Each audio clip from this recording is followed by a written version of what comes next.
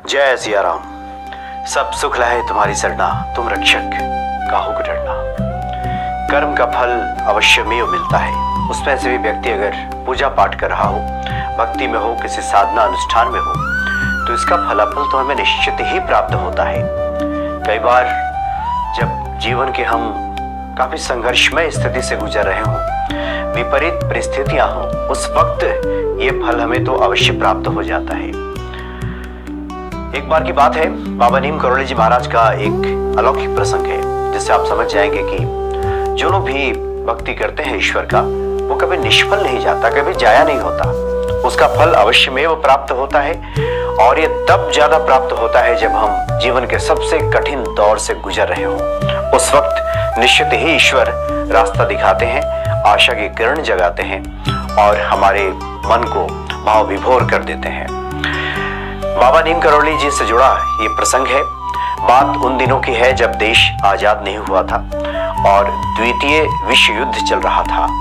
उस वक्त श्रीमती मुन्नी देवी ईश्वर की अनन्य भक्त थी, बाबा जी को नहीं जानती थी। बाबा नीम करोली जी महाराज से उनका कोई परिचय नहीं था, लेकिन ईश्वर की भक्ति करती थी। भगवान शिव श्री हनुमान जी की आराधना करती थी और लखनऊ में रहती थी वो। लखनऊ में भगवान शिव का एक मंदिर है, मनकामेश्वर महादेव, जो मनोकामना पूरी करते हैं, उन्हीं के दर्शन के लिए अक्सर जाया करती थी। तो मुन्नी देवी जी के जो पति हैं, उनका नाम है पीताम्बर पंत। पीताम्बर पंत भारतीय सेना में कार्य करते थे। तो जर्मनी उन्हें लड़ने के लिए भेजा गया। द्वितीय विश्व युद्ध चल रहा था।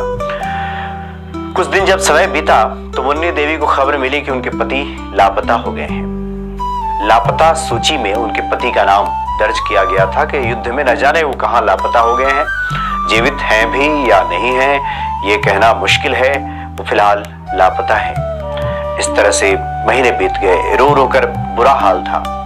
जब भी जाती थी भगवान शिव के दर्शन करने के लिए मुन्नी देवी, तो भगवान शिव से आराधना करती थी कि आप तो आशुतोष है, भोले भंडारी है, सबकी सुनते हैं, आपके पूजा से तो मृत्यु भी टल जाता है। क्या मेरे पति का जीवन लौटेगा? क्या वो मुझे मिलेंगे?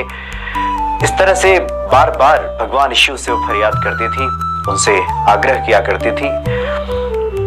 तो एक बार जब मनकामेश्वर महादेव के दर्शन के लिए वो जा रही थी, तो नर्मदा के किनारे उन्होंने देखा कि एक भारी डील डॉल वाले साधु वहां लेटे हुए हैं, सर पे हाथ रख करके। जिस प्रकार से बाबा नीम करोली जी महाराज की जो मुद्रा होती है, उसी तरह से वो लेटे हुए हैं और बुला रहे हैं। तो इन्हें संकोच हुआ कि कौन है ये, वो नहीं जानती, कैसे जाए। लेकिन वो जो साधु लेटे हुए थे, उन्होंने एक व्यक्ति को भेज करके उनको बुलवाया, और जैसे ही पहुंची उनका अभिवादन किया मुन्नी देवी ने। तो लेटे हुए जो साधु थे वहां पे, उन्होंने कहा कि कहाँ जा रही हो? पूजा करने जा रही हो? पति कहाँ है? पति क्यों नहीं है?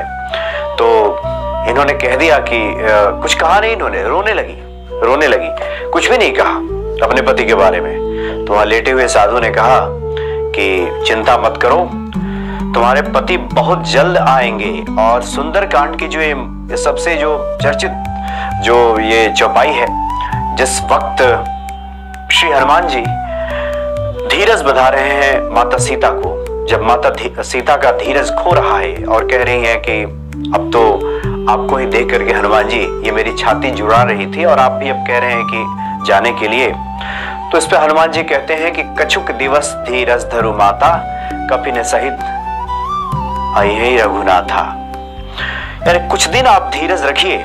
श्री हनुमान जी कहते हैं सीता जी से, कुछ दिन धीरज रख लो माता, श्री राम जी कपियों के साथ आएंगे और आपको साथ में ले जाएंगे। और इसी चौपाई को बाबा नीम करोली जी महाराज ने दोहराते हुए कहा कि कछुक दिवस धीरज धरु माता, कपिन सहित अयहि रघुनाथा।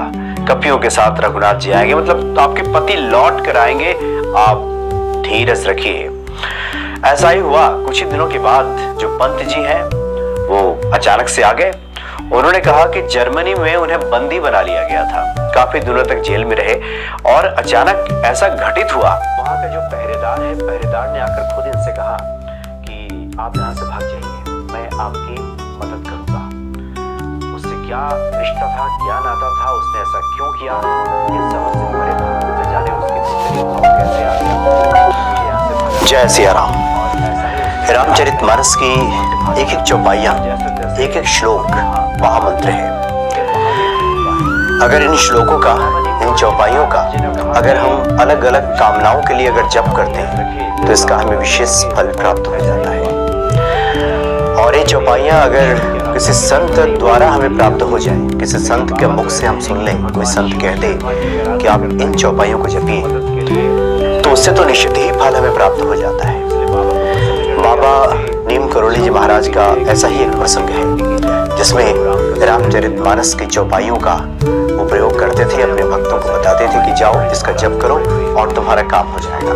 कई ऐसी चौपाइयाँ थी। आज हम उसी में से एक चौपाई की बात करते हैं जो बाबा नीम करोली जी महाराज अपने भक्तों को बताया करते थे। एक बार की बात है, नैनीताल में जो हनुमानगढ़ है, जहाँ पे हनुमान जी का मंदिर है, वहाँ पे तो हनुमान जी के मंदिर स्थापना के समय हनुमान जी की विशाल काय प्रतिमा का निर्माण वहाँ पे चल रहा था। हनुमान जी की पूरी प्रतिमा बनकर तैयार हो गई थी, सिर्फ मुखमंडल बनना तैयार बाकी था और बहुत मुश्किल स्थिति आ रही थी। मुख जो है हनुमान जी का वो बन नहीं पा रहा था।